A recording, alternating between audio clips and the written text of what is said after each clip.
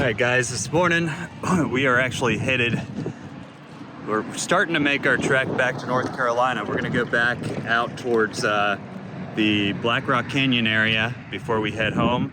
We're going to go visit the Goodnight house. So that'll be a pretty cool experience and meet with a man named Cecil Miskin, who knows a lot about the history of bison. His son Ron Miskin and daughter-in-law Teresa Miskin were the original sponsors of Native with the Buffalo Wool Company. So that should be an interesting little visit. Anyway, stay tuned for more of this as we continue our journey here, and maybe you'll learn something.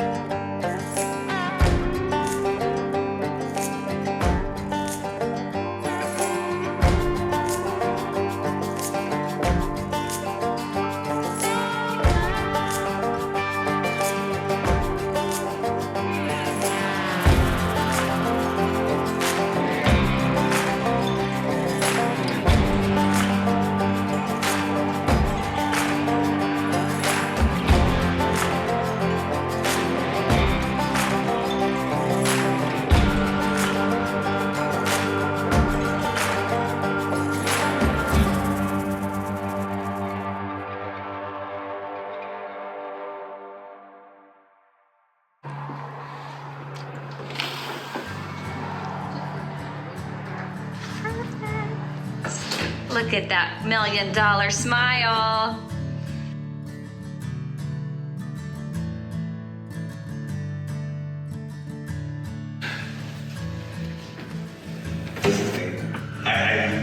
I got the difference now, just from the outside, is amazing.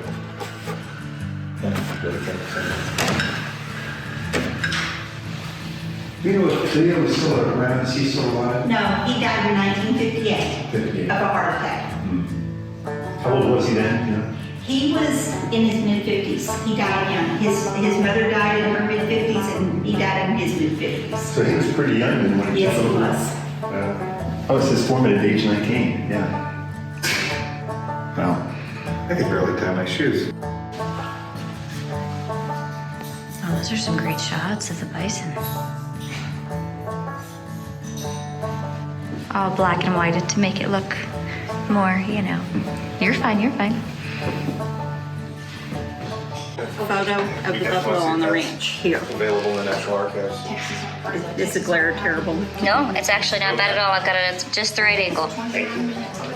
And those are bison that were here on the Yes, and property. this is how it used to look before the cedars and mesquite took over. Wow. And then this is a picture of wow. the actual Goodnight Farm and Ranch, and this is where it talks about the Goodnight Buffalo Park.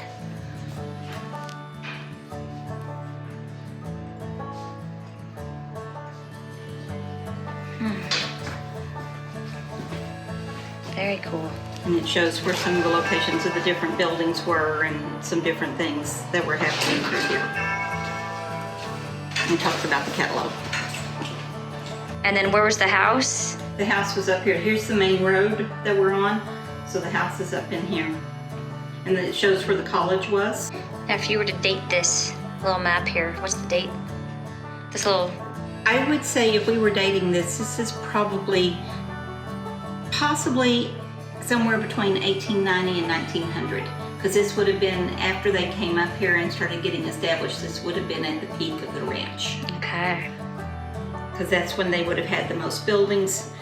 Actually, I'd say it has to be after that because the college was 1900s, so I'd say early 1900s.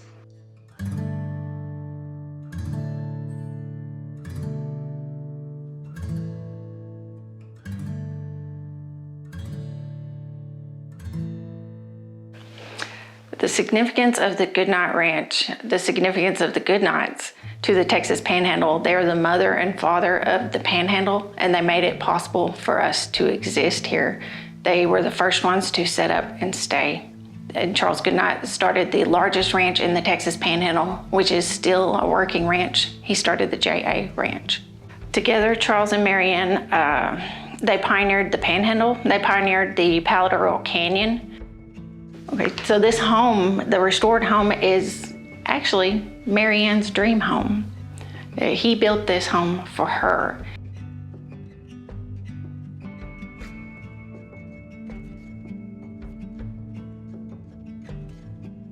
Now it is the property of the Texas Historical Commission, and we are a state site.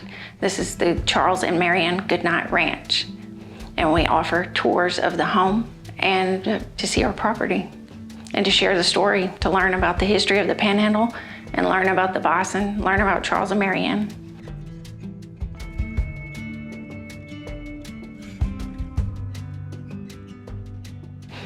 When you see the Goodnights house, it is massive. This is a 2,900 square foot home. It took 1 year to construct this home. The wood throughout the house is original and the brass fixtures. We do have the original stained glass in the windows, and we have the original glass in the other windows. My grandfather was born and raised in the Goodnight house. His mother was a housekeeper for the Goodnights, and he came to this house as a 2-week-old baby. My parents have maintained the ranch. They were living in the house until this past year, and this is our home, and this is where we grew up, and these stories are part of our family history. I think it moves as fast as his mind must have. Yeah. Goodnight was very good about giving orders. He expected things to be done a certain way. And Molly, Marianne, was this little teeny tiny lady who was his equal in so many ways. And when Granddaddy was a young man, Goodnight traveled a great deal. And one time he left a list of things that he expected Molly and Cleo, my grandfather, to take care of. Well, Goodnight's handwriting is atrocious. We have records of how bad it is. In fact, it's illegible. The Wikipedia says he can't read or write, but he could. And so he had this list, and when he returned from his trip, he immediately saw things that didn't get done. So by the time he got to the house, he was not a happy person that his list hadn't been taken care of. So he began to fuss at Molly and Cleo for not taking care of the list.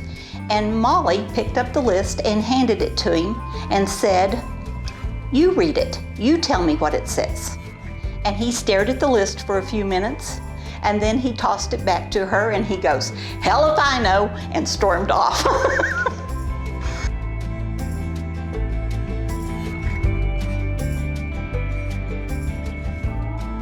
Both of the Goodnights were very driven people, very hard workers, used to a rough life, not much in the way of conveniences. Charles was a cattleman for the most part. And then that became an interest in bison. At that time in the 1870s, there were so many bison on the plains, you could not cross them. Charles's memory of their first night sleeping on the edge of the canyon, of the edge of the Paladaro Canyon, was trying to keep Marianne comforted and keep her calm because of all of the rumble and the noise from the bison hooves.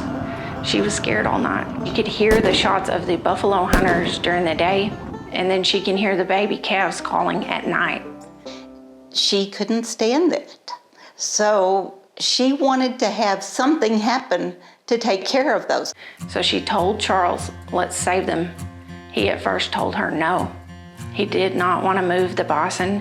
He'd already moved them from his ranch and he did not want to take that on. But Goodnight was a businessman. He had made and lost fortune after fortune. So he was determined to figure out a way to have the buffalo pay for themselves, become profitable. And so several of those things were him trying to figure out a business angle. I think Molly was much more intent on just preserving the buffalo and taking care of those babies. And eventually he brought 3 calves for her from the canyon. By that time, she already had an ad in the papers for anyone to bring her a bison calf for a cash prize. By the end of the first year, she had 150 bison.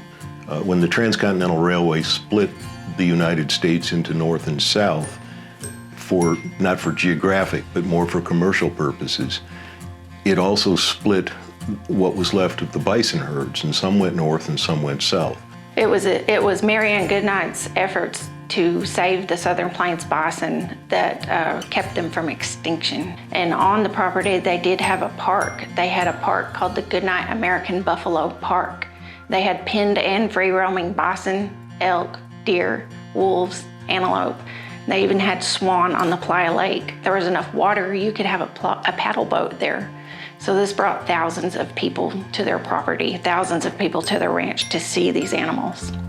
It's a continuum, and it's a continuum that goes back hundreds of thousands of years, and it simply is allowed to continue. Everything changes, nothing stays the same. So with the bison industry, it is a slow but constant change.